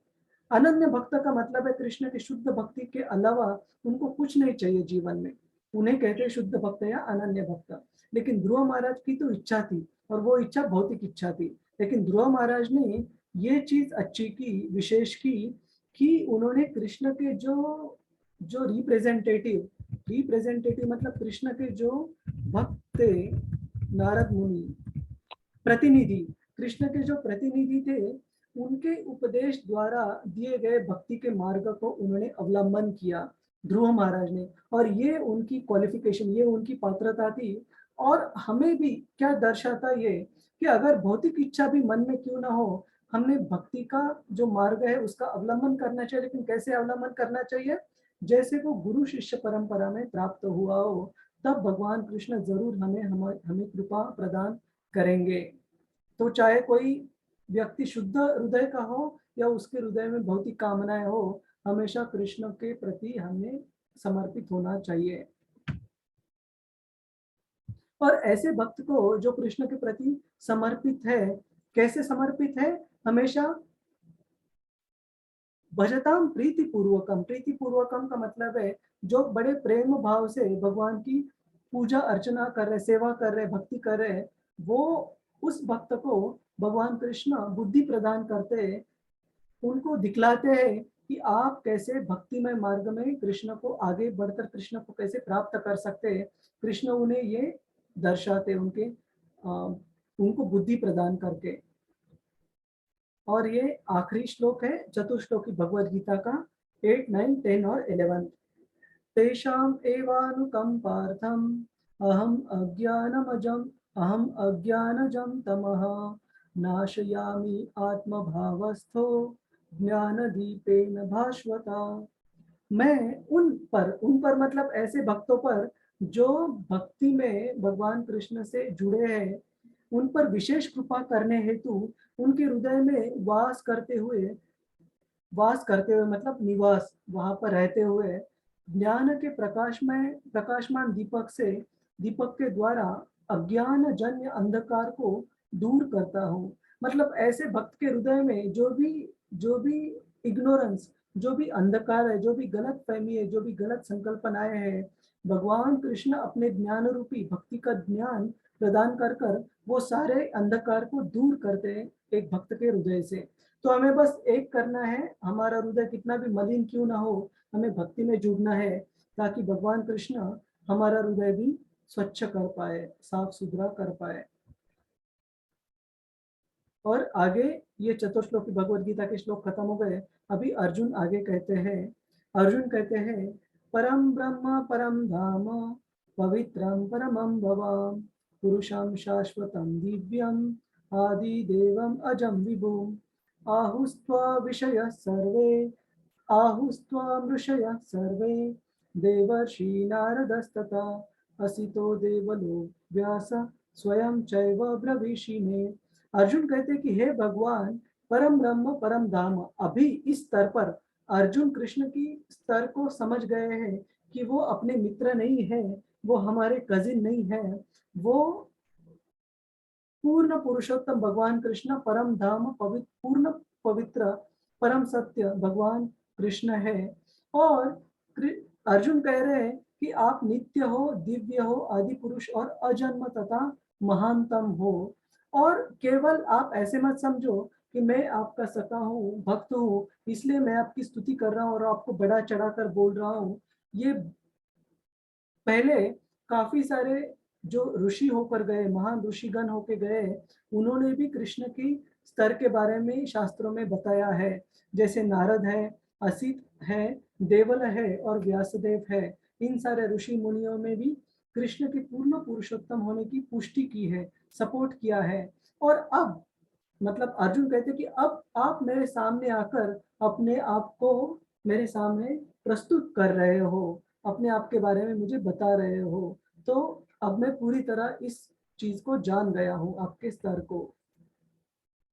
हे कृष्ण, आपने मुझसे जो कुछ कहा है उसे मैं पूर्णतया सत्य मानता हूँ। हे प्रभु, न तो देवतागण न असुरगण आपको, आपके स्वरूप को समझते हैं। तो भगवान कृष्ण के स्वरूप को कौन समझते हैं? केवल और केवल जो भक्तिमय मार्ग का अवलंबन करते हैं, जो भक्तिमय कृष्ण से जुड़ते हैं। हे परम पुरुष, हे सबके उद्गम, हे समस्त प्राणियों में स्वामी, प्राणियों के स्वामी, हे देवों के देव, हे ब्रह्मांड के प्रभु, निस्संदेह एकमात्र आप ही अपने को अपनी अंतरंग शक्ति से जानने वाले हैं। मतलब भक्त भी कृष्ण को उतना ही जानते हैं जितना कृष्ण उनको दर्शाते हैं, जितना कृष्ण उनको रिवील करते हैं। रिवील का मतलब है प्रकट करते हैं, उनके सामने खुद को दर्शाते हैं, उतना ही भक्त कृष्ण को समझता है। लेकिन बाकी जो असुरगण, बाकी जो देवता है, वो कृष्ण को उतना भी जान नहीं पाती। प्रभु जी, देवतागण क्यों नहीं जान पाते? देवतागण इसलिए नहीं जान पाते, अगर वो कृष्ण को शुद्ध भक्ति में जुड़ेंगे, जैसे ब्रह्मा जी है, शिव जी है, तो जरूर जानेंगे। परंतु उनको देवता की उपाधि तो मिली हुई है ना। हाँ, लेकिन हमारे से ऊंची। हाँ, अपने से ऊंची है माता जी, लेकिन वो शुद्ध भक्ति के स्तर पर फिर भी नहीं है। देवता कौन है? एक विशेष ऐसे जीव है, आपको उसके क्वालिफिकेशन भी बताता हूँ। देवता वो विशेष जीव है जिन्होंने सैकड़ों जन्मों तक जो वर्णाश्रम धर्म है उसका 100% अच्छे से पालन किया है। वैसे पुण्य आत्माएं, उनको देवताओं का स्तर दिया जाता है। इसका मतलब है आप, मैं और इस क्लास के सारे भक्त या कोई दूसरा जीव भी अगर प्रयास किया तो देवताओं की जो पोजीशन है, जो स्तर है, वो प्राप्त कर सकते हैं। तो देवता जैसे इंद्र, एक हमेशा इंद्र जो व्यक्ति है वो सेम नहीं है, वो एक पोजीशन है माता जी। तो पोजीशन है का मतलब है वो जीवात्मा जब उनका पुण्य काल खत्म हो जाएगा, जो पुण्य उनके फल है वो खत्म हो जाएंगे, उनको जो इंद्र की जो पोजीशन है, जो स्तर है, उसको छोड़कर फिर से मर्त्यलोक में आना पड़ेगा। और दूसरे जो जीवात्मा है, जो वो पात्र है उस पोजीशन के लिए, उनको वो पदवी दी जाएगी। तो ये देवतागण, ये पदवियां है, ये स्तर है, ये एक ही जीवात्मा हमेशा एक ही देवताओं के रूप में नहीं वास करते। ठीक है माता जी।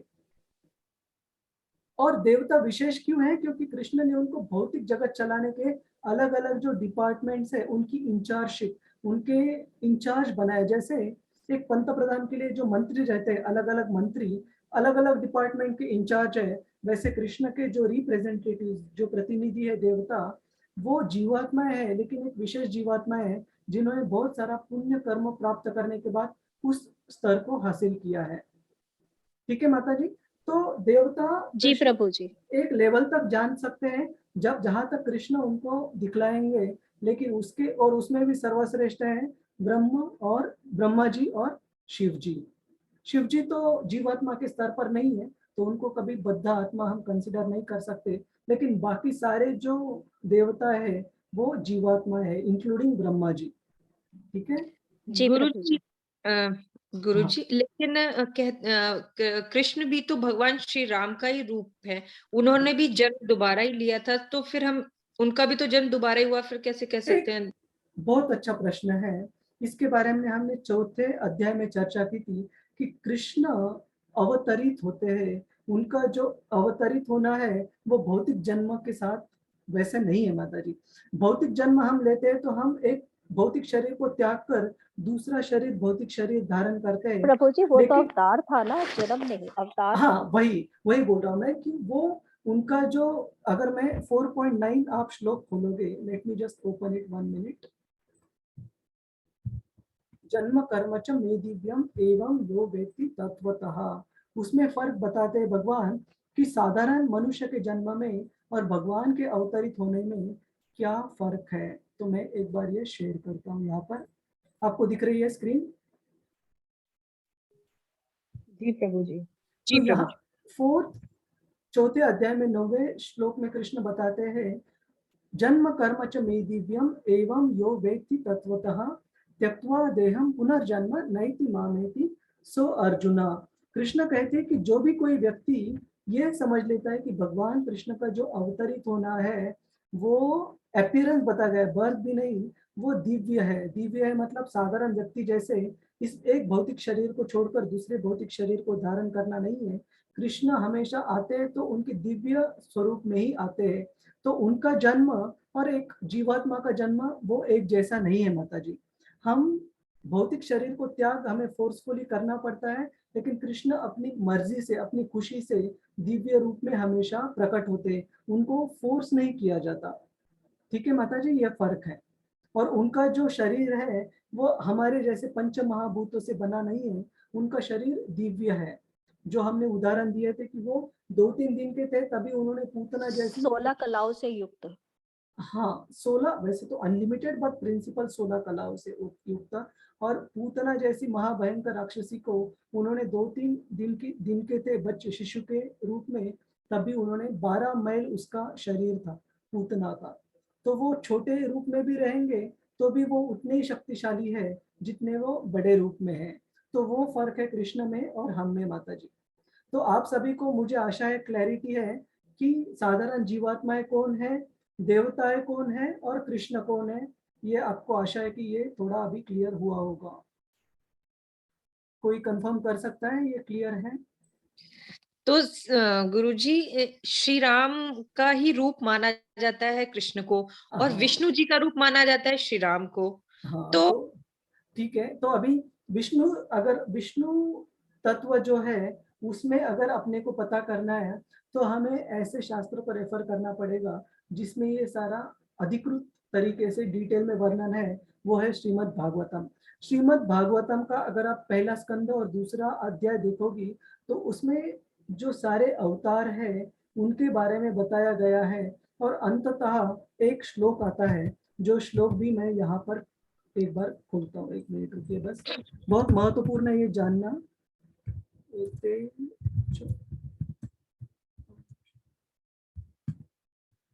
1328, सॉरी दूसरा अध्याय नहीं, तीसरा अध्याय, तो मुझे शेयर करने दीजिए। ये बहुत महत्वपूर्ण श्लोक है। तो श्रीमद् भागवतम में फर्स्ट एक पहले स्कंद में तीसरे अध्याय में 28वें श्लोक में बताया गया है, एते च अंश कला पुंसां कृष्णस्तु भगवान स्वयं इंद्र अरि व्याकुलम लोकम मृगयन्ति युगे युगे। Of all above mention incarnation, ये जो सारे अध्याय सारे अवतार इस श्लोक के पहले श्रीमद् भागवतम में बताए गए हैं। 10 अवतार, सारे प्रिंसिपल इनकारनेशन बताए गए हैं।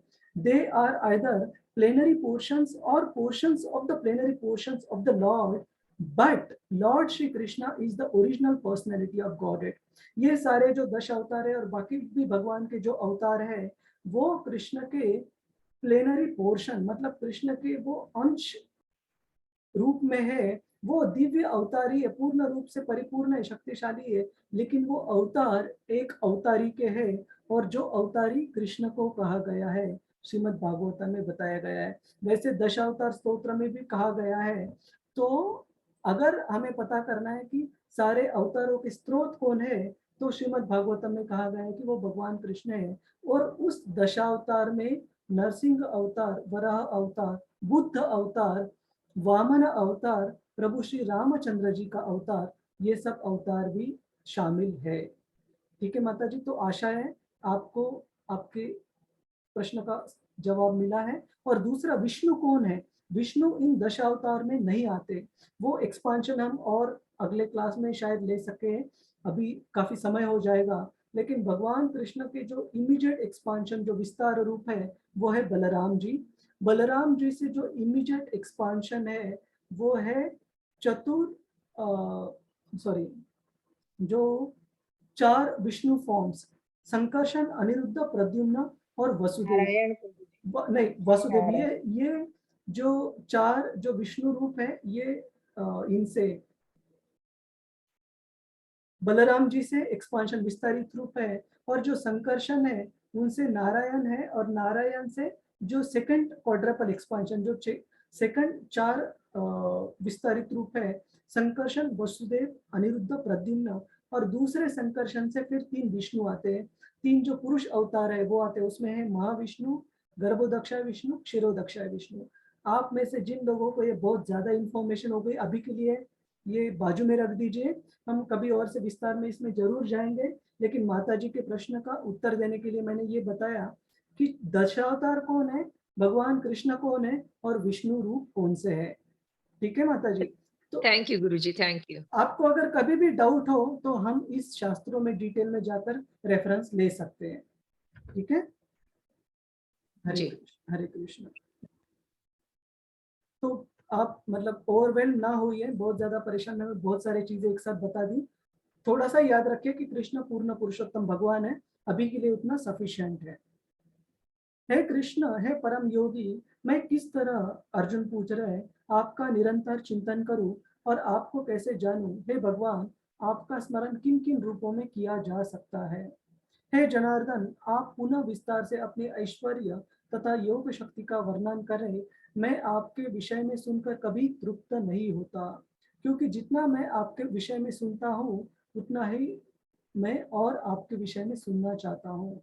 ये भगवान के विषय, दिव्य ज्ञान और जो भौतिक चीजें हैं उनमें फर्क है। ये हमने चर्चा की थी कुछ दिन पहले कि कोई भी जो, अगर हमें किसी पुराने फिल्म, किसी गाने, किसी कैरेक्टर के बारे में पूछेंगे तो 20, 30, 40 साल पहले वाला गाना, मूवी, फिल्म स्टार या विषय ये पुराना हो जाता है, किसी को कोई याद नहीं रहता। अगर मैं आपको पूछूं कि भारत के तीसरे पंत प्रधान कौन थे, तो शायद मुझे भी तुरंत उत्तर देना थोड़ा मुश्किल हो जाएगा, है ना? या मैं अगर आपको पूछूं कि आपकी सबसे मन पसंदीदा मूवी बचपन में एकदम कौन सी थी, कब की थी, वो शायद 1990s, 80s, 70s की रहेगी।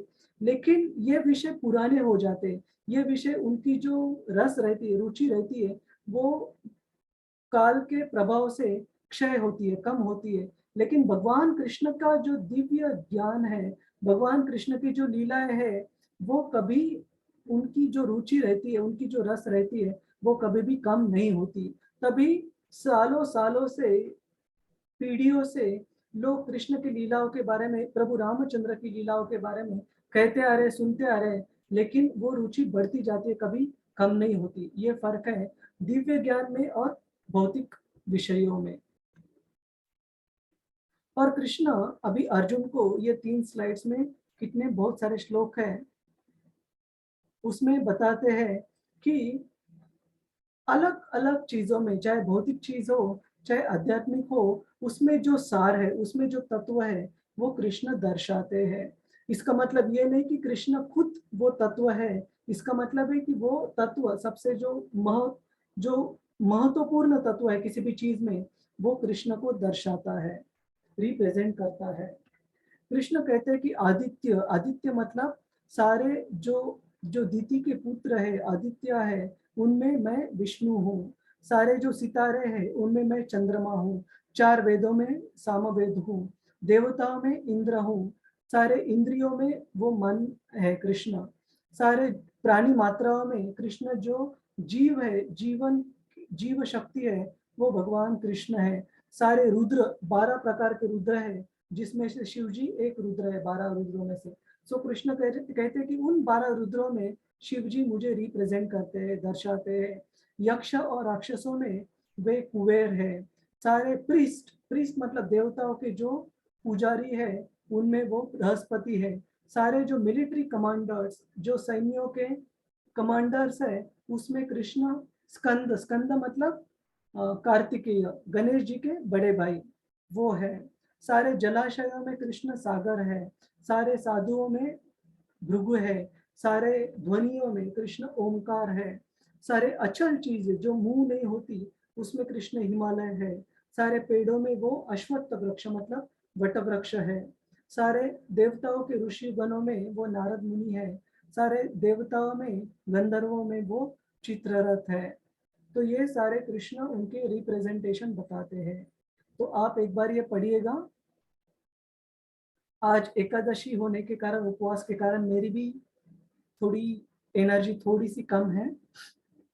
सारे पुरुषों में भगवान कृष्ण सम्राट है, सारे शस्त्रों में वज्र है, गायों में सुरभि गाय है, सारे जो प्रजनन करने वाले व्यक्ति है उसमें वो कंदर्प है, क्यूपिड है, सांपों में वासुकी, नागों में अनंत शेष और जल देवताओं में वरुण है, भक्तों में प्रहलाद महाराज है, और सारे वश करने वाले शक्तियों में वो काल शक्ति है, समय है, सारे पशु जानवरों में सिंह है और पक्षियों में गरुड़ है, शोधकों में हवा है। तो ये सारे चीजों का जो तत्व है, महत्वपूर्ण तत्व जो सार है, वो कृष्ण दर्शाते हैं। आप ये भी देख सकते हैं कि सारे जो भजन, सारे जो मंत्र है उसमें वो हरे कृष्ण महामंत्र है, और बृहत सम ये भजनों में बृहत सम मंत्र है, कविताओं में गायत्री मंत्र है, महीनों में मार्गशीर्ष महीना जो नवंबर दिसंबर में आता है वो कृष्ण को दर्शाता है, सारे ऋतुओं में वसंत ऋतु कृष्ण को दर्शाता है, और सारे चीट्स मतलब अगर हमने कृष्ण को फंसाने की कोशिश की तो वो हमने एक याद रखना चाहिए, सारे जो चीटिंग करने वाले हैं व्यक्ति उनमें सबसे ज्यादा बढ़िया चीटर कौन है? भगवान कृष्ण है। अगर हमने उनको छल करने की कोशिश की तो वो सबको छल करने में सक्षम है। और सारे स्प्लेंडर मतलब हम हिंदी में क्या कहते हैं? स्प्लेंडर, एक मिनट, शानदार, हाँ धन्यवाद। स्प्लेंडर, शानदार चीजों में भगवान कृष्ण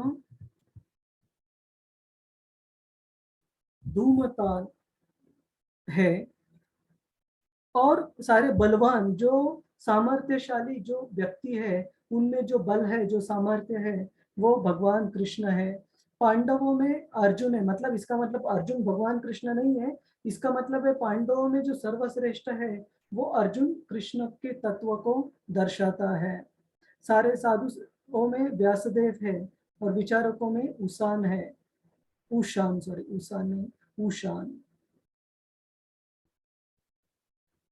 इस तरह सारे चीजों में जो सार है, जो उसका क्रक्स, उसका जो सारांश है वो भगवान कृष्ण है।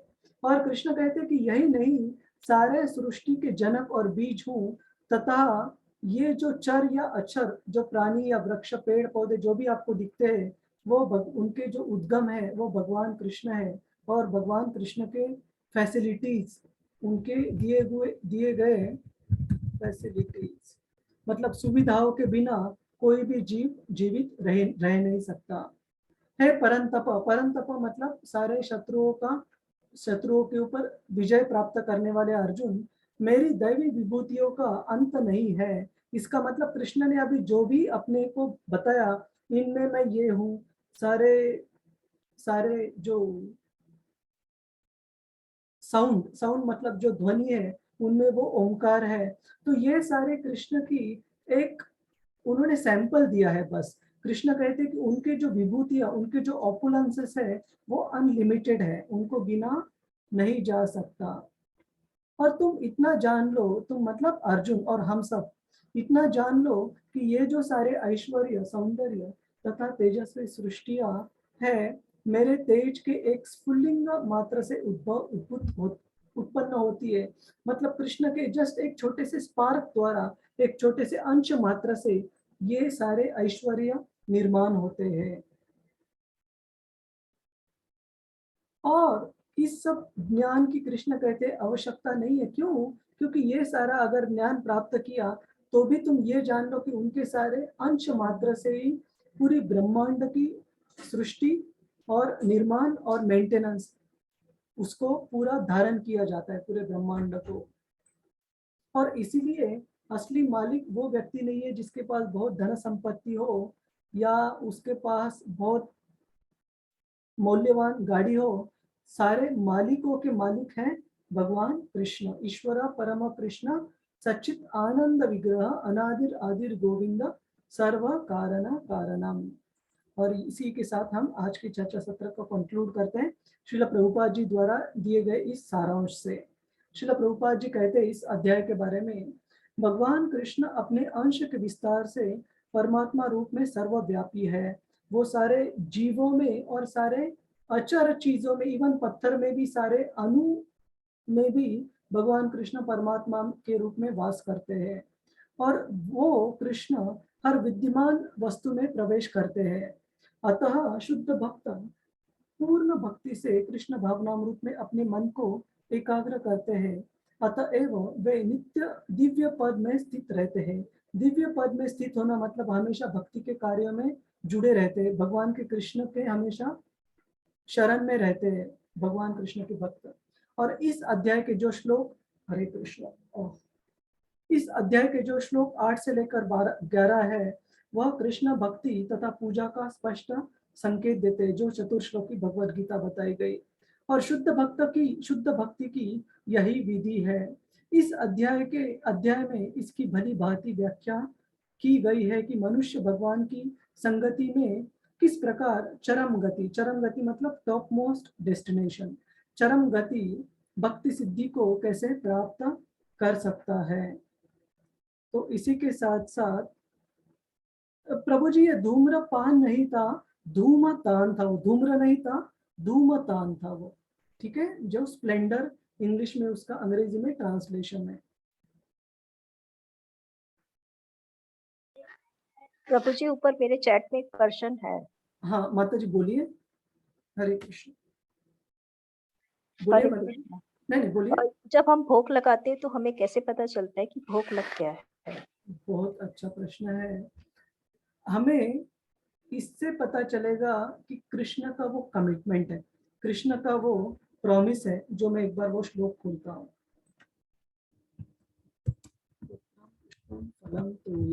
9:26।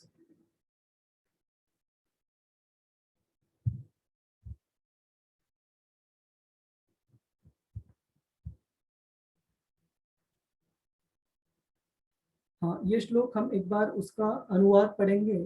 If one offers me with love and devotion a leaf, a flower, a fruit or water, I will accept it.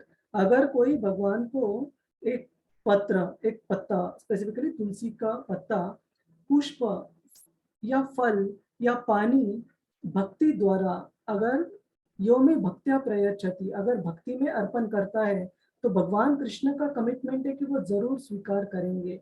तो हमने अगर नम्रता से प्रेम पूर्वक भगवान को अर्पण किया तो based on this verse we can be rest assured कि भगवान जरूर उसका स्वीकार करेंगे। ठीक है माता जी। तो हमें कृष्ण का जो नहीं, मेरा प्रश्न ये था कि हम किसी भी तरीके का, ये भी चीजें और भी अन्य चीजें का जो भोग लगाते हैं, बट उसका हमें ये नहीं पता चलता कि ये ग्रहण किया गया है या नहीं किया गया। ये देखिए, ये तो हमें धीरे धीरे जब हम भक्ति के मार्ग में आगे बढ़ेंगे तो हमारे हृदय की गलत चीजें कितनी कम होती जा रही है और कृष्ण के प्रति हमारी रुचि कैसे बढ़ रही है, वो एक बैरोमीटर का मतलब है, वो एक क्राइटेरिया। उसको बैरोमीटर का कोई बता सकता है अर्थ इंग्लिश टू हिंदी? प्रभु जी, माता जी के पूछने का मतलब है कि कितनी देर भोग रखना है भगवान जी के सामने? अच्छा, वो प्रश्न है क्या माता जी, कितनी देर रखना है? आपने पूछा कैसे पता चले कृष्ण ने हाँ, ये भी, और कितनी देर तक हमको रखना चाहिए, हाँ, और हमारे मन को कब संतुष्टि होए कि हाँ हमारा भोग लग गया है। अच्छा, हाँ, तो अभी मैं ठीक से समझा। तो हमने भोग लगाने के बाद एक विधि, उसके एक मंत्र, बहुत सीधा, लेकिन वो जब तक आपको मंत्र में बताता नहीं तब तक आप हरे कृष्ण महामंत्र कह दीजिए, उतना सफिशिएंट है। और अराउंड 5 मिनट्स हम भोग लगा सकते हैं। 5 मिनट्स में भोग। और कैसे लगाते? कृष्ण के सामने लगाने के बाद we give him that much time, हम खड़े नहीं रहते उनके सामने, we give him time and Krishna accepts it. तो 5 मिनट के बाद हम वो निकाल सकते हैं हमारे ऑल्टर में से, मंदिर में से माता जी। ठीक है, धन्यवाद प्रभु जी। जो कोई भक्त ऐसे स्थिति में है कि वो डायरेक्टली भोग नहीं लगा सकते, जैसे मेस में उनको खाना, जैसे हमने पहले बताया, आप छोटी सिंपल चीज भी ऑफर कर सकते हैं, जैसे पानी, वो हर किसी को अवेलेबल है, या फिर जो भी अन्न आप बाहर ग्रहण करना पड़ता है, कम से कम मन में आप कृष्ण को अर्पण कीजिए, लेकिन वो जो वेजिटेरियन जो भोजन है उसको आप मन में ऑफर कर सकते हैं। ठीक है। और बाकी धन्यवाद प्रभु जी। हरे कृष्ण, हरे कृष्ण। एकादशी के दिन प्रसाद के साथ तुलसी पत्र लेना चाहिए? हाँ, बिल्कुल ले सकते, कोई प्रॉब्लम नहीं उसमें। ऐसा सुना जाता है कि कौरवों को स्वर्ग मिला पर पांडवों को अच्छी गति प्राप्त नहीं हुई, ऐसा क्यों? तो बहुत अच्छा प्रश्न है अलग प्रभु, आपने ये पूछा और अच्छा याद दिलाया आपने। तो ऐसे बताया गया है कि पांडवों को कुछ क्षणों के लिए, ठीक है, और वो भी मतलब वहां रहना नहीं पड़ा, बट कुछ क्षणों के लिए स्पेसिफिकली युधिष्ठिर महाराज को नर्क का देखना पड़ा, उनको अनुभव नहीं करना पड़ा। क्यों देखना पड़ा? कि वो जो घटना आती है कुरुक्षेत्र के युद्ध में, जब कृष्ण ने युधिष्ठिर महाराज को द्रोणाचार्य को कहने के लिए कहा था कि अश्वत्थामा मारे गए हैं, तो युधिष्ठिर महाराज थोड़ा हिचकिचाए और उन्होंने कहा अश्वत्थामा द एलिफेंट, हाथी अश्वत्थामा की मौत हुई है। तो पांडवों को एकदम थोड़े समय के लिए पापमय योनि को, नरक योनि को देखना पड़ा, लेकिन ये भी बताया गया कि पांडव कृष्ण भगवान के नित्य सिद्ध, उनके इटर्नल एसोसिएट है, वो हमेशा आध्यात्मिक जगत में वास करते हैं, चाहे थोड़ी समय क्यों ना देखना पड़ा। उनका जो डेस्टिनी, उनकी बस जो थी वो एंड कहाँ हुई जर्नी, वो भगवत धाम में एंड हुई। लेकिन तो क्या बेहतर है, क्या स्वर्गलोक बेहतर है या भगवत धाम बेहतर है ना? तो हमने बिल्कुल क्या बोलते, जज नहीं करना चाहिए, वो भगवान के नित्य पार्षद हैं, पांडव साधारण व्यक्ति नहीं है। और पांडवों में स्पेसिफिकली अर्जुन ये भगवान के बहुत बहुत निकट भक्त है। तो बिल्कुल बिल्कुल उनको कम कोई चीज प्राप्त नहीं हुई, सर्वोत्तम गति प्राप्त हुई। उनको पापों में योनि देखनी पड़ी, वो एक क्षण मात्र के लिए, और वहां भी ऐसे नहीं कि कोई पापों में रिएक्शंस उनको भुगतनी पड़ी। प्रभु जी हरे कृष्णा। हरे कृष्णा। अले प्रभु बोलिए। ऐसा भी कहा जाता है कि उनको बहुत लंबी यात्रा तय करनी पड़ी भगवत धाम तक के लिए, तो क्या ये सही है? ये भी श्रीमद् भागवतम में वर्णन आता है कि पांडवों ने इस पृथ्वी पर अपना जो वास था उसे कैसे कंक्लूड किया। कि जब अर्जुन द्वारका से आ रहे थे और जब वो बहुत एकदम निराश उनको देखा गया, युधिष्ठिर महाराज ने तो बहुत सारे प्रश्न पूछे, क्या हुआ, आप कुछ ये नहीं कर पाए क्या, आप कुछ धर्म का पालन नहीं कर पाए क्या, आप इतने दुखी और निराश क्यों हो? तब अर्जुन ने युधिष्ठिर महाराज को बताया, कृष्ण के वो महत्व सारे बताते हैं कि कैसे हमारे जीवन में एक एक क्षण पर कृष्ण ने हमें बचाया और कृष्ण ने कैसे अपने संरक्षण में हमें हमेशा रखा। लेकिन वो कृष्ण आज नहीं रहे। और जब युधिष्ठिर महाराज को, पांडवों को पता चलता है कि भगवान कृष्ण ने अपनी जो लीलाएं है वो यहाँ पृथ्वी पर समाप्त कर वो भगवत धाम लौट गए हैं, तब पांडव और उनके पीछे कुंती माता और द्रौपदी माता नॉर्थ के ओर, हिमालय की ओर चल निकलती है। और वो स्थान भी बताया गया है जिस स्थान से पांडवों ने ऊपरी ग्रहों के लिए प्रस्थान किया।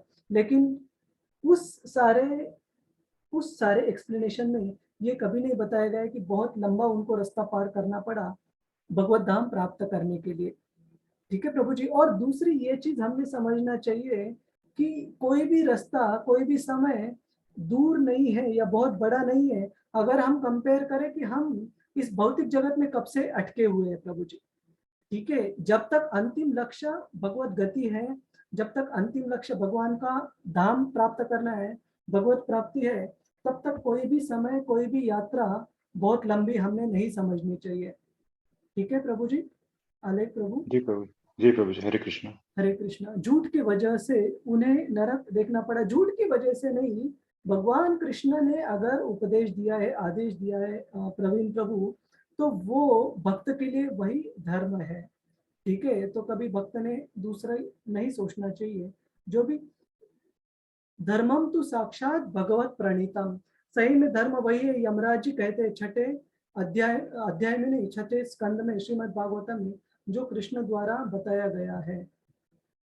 प्रभु जी एक दिन आपने बताया कि शिव जी की पूजा करते हैं, वो शिव के धाम जा देखे।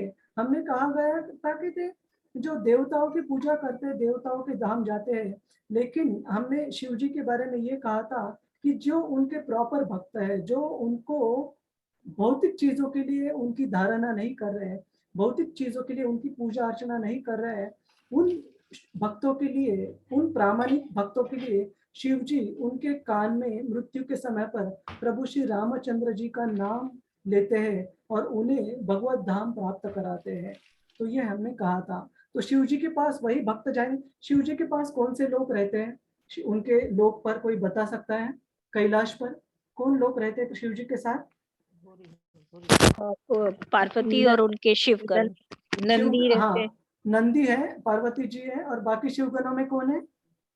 भूत प्रेत, बाकी आत्माएं भी शिव जी के साथ, उनको भूतनाथ कहा जाता है। मतलब शिव जी की विशेषता यह है, वो पतित में से पतित आत्माओं का भी उद्धार करने में लगे रहते हैं, उनको वो बैक टू गॉड जाने के लिए तैयार कर रहे रहते हैं, है ना। तो जो सही में जो प्रामाणिक शिव जी की पूजा अर्चना करने वाले, जो किसी भौतिक इच्छा के लिए उनकी पूजा नहीं कर रहे, उनकी तो शिव जी तुरंत व्यवस्था कर देंगे भगवत धाम जाने के लिए। और जो उनके लोक पर जाएंगे, भूत प्रेत आदि बाकी आत्माएं पतित जीव, उनका भी वो उद्धार करते हैं। ठीक है। तो प्रभु जी आपके पास थोड़ा समय है या मैं कल प्रश्न पूछ लूं, क्योंकि मेरा प्रश्न तो लंबा है। आप एक बार हो सके तो माता जी, आपको अगर भूलने का चांस है तो आप व्हाट्सएप पे पिंग कीजिए, और अगर आप ओके तो हम कल चर्चा करेंगे इसके ऊपर। ठीक है। हाँ। प्रभु जी, तुलसी का पत्ता कब और किस दिन तोड़ना चाहिए? सिर्फ कब नहीं तोड़ना चाहिए ये मैं बताता हूँ कि हम शुद्ध स्थिति में चाहिए, मतलब स्नान वगैरह करना चाहिए। स्नान करने से पहले हो सके तो हमने टच नहीं करना है, और शाम को भी हम तुलसी को डिस्टर्ब नहीं करते हैं। तो तुलसी का पत्ता लेना है तो दिन में हम ले सकते हैं। प्रभु जी, द्वादशी और संडे के दिन नहीं तोड़ा जाता है तुलसी का पत्ता? ये मुझे थोड़े डिटेल्स निकालने पड़ेंगे माता जी, क्योंकि भक्ति में, मतलब भक्तों के संग में मैंने इसकी डिटेल्स के बारे में नहीं सुना है, लेकिन मुझे एक बार चेक करने दीजिए। नहीं, ये है द्वादशी के दिन टच नहीं करते हैं, और संडे को भी, मतलब इवन हो सके तो उन्हें जल भी नहीं चढ़ाना चाहिए, परिक्रमा भी नहीं करनी चाहिए। अच्छा, लेकिन मैं एक बार कुछ लोग तो प्रभु जी एकादशी के दिन भी मना करते हैं कि वो विष्णु के चरणों में रहती हैं लक्ष्मी माता। नहीं, एकादशी के दिन तो उन्हें विशेष रूप से अर्चन किया जाता है, तो उस दिन कोई इश्यू नहीं होता। द्वादशी के दिन बिल्कुल नहीं छुआ जाता। देखिए, एक मैं आपको एक क्रक्स बताता हूँ, प्रिंसिपल बताता हूँ कि हम जब कर्मकांड का पालन करते हैं ना माता जी, तो हमें ये छोटे छोटे नियमों से भी बहुत सावधान रहना पड़ता है, क्योंकि उस पूजा अर्चना का जो बेसिस रहता है वो नियमों को सख्ती से पालना, और तभी वो भौतिक फल प्राप्त होगा। लेकिन भक्ति में फर्क यह है कि अगर किसी व्यक्ति से भक्ति के जो नियम है उनको समझने में कुछ, मतलब मुख्य नियम तो कॉमन है, उसमें कोई द्विधा नहीं है, उसमें कोई दो राय नहीं है, लेकिन भक्ति के जो डिटेल्स है उसको समझने में भी थोड़ी समझ में अगर फर्क रहा तो भी कृष्ण के भक्ति में उसको फल प्राप्त करने में दिक्कत नहीं होगी। उसका उदाहरण दिया जाता है कि एक छोटा सा बच्चा है, वो अभी अभी बोलना सीख रहा है, तो वो चाहे माँ भी बुला ना सकता हो, इतना छोटा है, लेकिन उसने आ करके भी बुलाया या वो सिर्फ रोया भी, तो उसकी माँ समझ सकती है कि बच्चा मुझे बुला रहा है, बच्चा मुझे पुकार रहा है। वैसे कृष्ण कहते हैं कि कभी एक उदाहरण दिया जाता है, संस्कृत में किसी व्यक्ति को संबोधित करने के तरीके हैं, तो हरे राम है, या कृष्ण को कोई चीज अर्पण करनी है तो हम कृष्णाय स्वाहा, या विष्णु को अर्पण करनी है तो विष्णवे नमः, विष्णवे स्वाहा, ऐसे कहते हैं।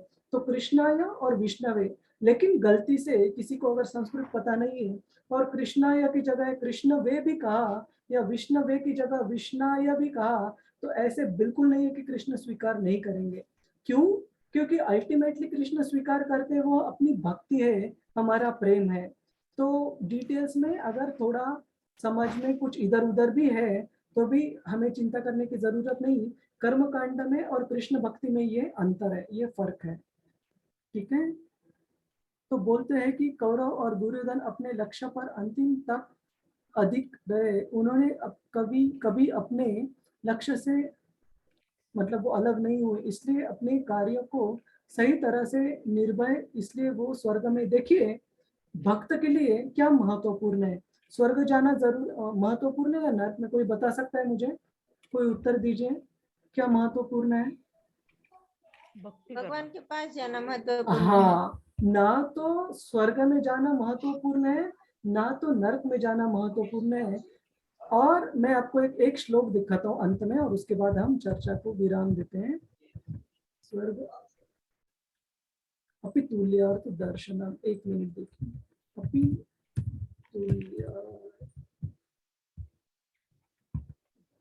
हाँ 6:17-28 बहुत अच्छा श्लोक है। आपको इससे आइडिया क्लियर हो जाएगी कि भक्तों की जो प्रायोरिटी के लिए हम हिंदी में क्या कहते हैं? प्राथमिकता। बहुत जो प्राथमिकता रहती है, सबसे पहली चीज, इंपॉर्टेंट चीज, वो क्या है? तो ये श्लोक आपको दिख रहा है, नारायण परा सर्वे न कुतश्चन बिभ्यति स्वर्ग अपवर्ग नरकेषु अपि तुल्यार्थ दर्शिनः। भक्त जो रहते हैं वो हमेशा भगवान की शुद्ध अनन्य भक्ति में लगे रहते हैं, जुड़े रहते हैं, और वो किसी भी जीवन की स्थिति को डरते नहीं है। They don't fear any condition of life. क्यों नहीं डरते, बताते। और ये श्लोक किसने बताया है? शिव जी ने पार्वती को बताया है, माता जी, ठीक है।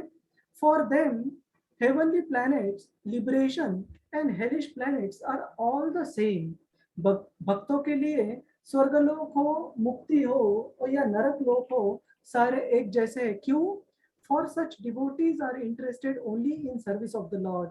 मतलब भक्त को आप स्वर्गलोक में रखो, नरक लोक में रखो, या और कहीं रखो, उसकी हमेशा जो इच्छा रहेगी, जो प्राथमिकता रहेगी, वो भगवान को मैं कैसे सेवा दे सकता हूँ, भगवान को मैं कैसे प्रसन्न कर सकता हूँ।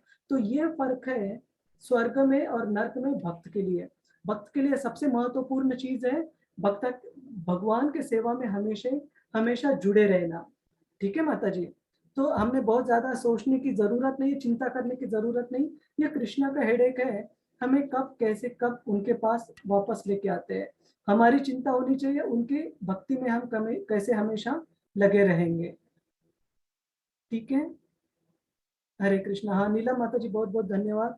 मेरी बच्चियां अच्छी, अभी उनके जो लक्षण थे हेडेक, फीवर, वो अभी निकल गया है, लेकिन थोड़ा सा वीकनेस है, तो वो रिकवर हो रही है, और कुछ दिन और हमें इसके साथ जूझना पड़ेगा, बट चिंता का कोई कारण नहीं है। हरे कृष्णा। तो बहुत बहुत धन्यवाद। हम कल फिर से मिलेंगे। और माता जी का नाम बताइए, जिनका प्रश्न मैंने कहा था आप लिख के भेजें, या कल हम डिस्कस करेंगे ताकि मैं भूलूं ना। पूनम त्यागी, विकास प्रीति। पूनम माता जी आप पक्का लिख के भेजिए, कल बिना भूले हम इसको चर्चा करेंगे। हरे कृष्ण प्रभु। हरे कृष्ण। हरे कृष्ण प्रभु जी। मेरा एक क्वेश्चन था। हरे कृष्ण गुरु जी। माता जी आप मुझे +65 नंबर पर लिख के भेजिए, कल हम पक्का चर्चा करेंगे, ठीक है। हरे कृष्ण। और बाकी सारे भक्तों का जिनका मैं प्रश्न नहीं ले पाया, वो भी कृपया व्हाट्सएप पर लिखिए। हरे कृष्ण सारे भक्तों के। हरे कृष्ण। हरे कृष्ण। हरे कृष्ण। हरे कृष्ण।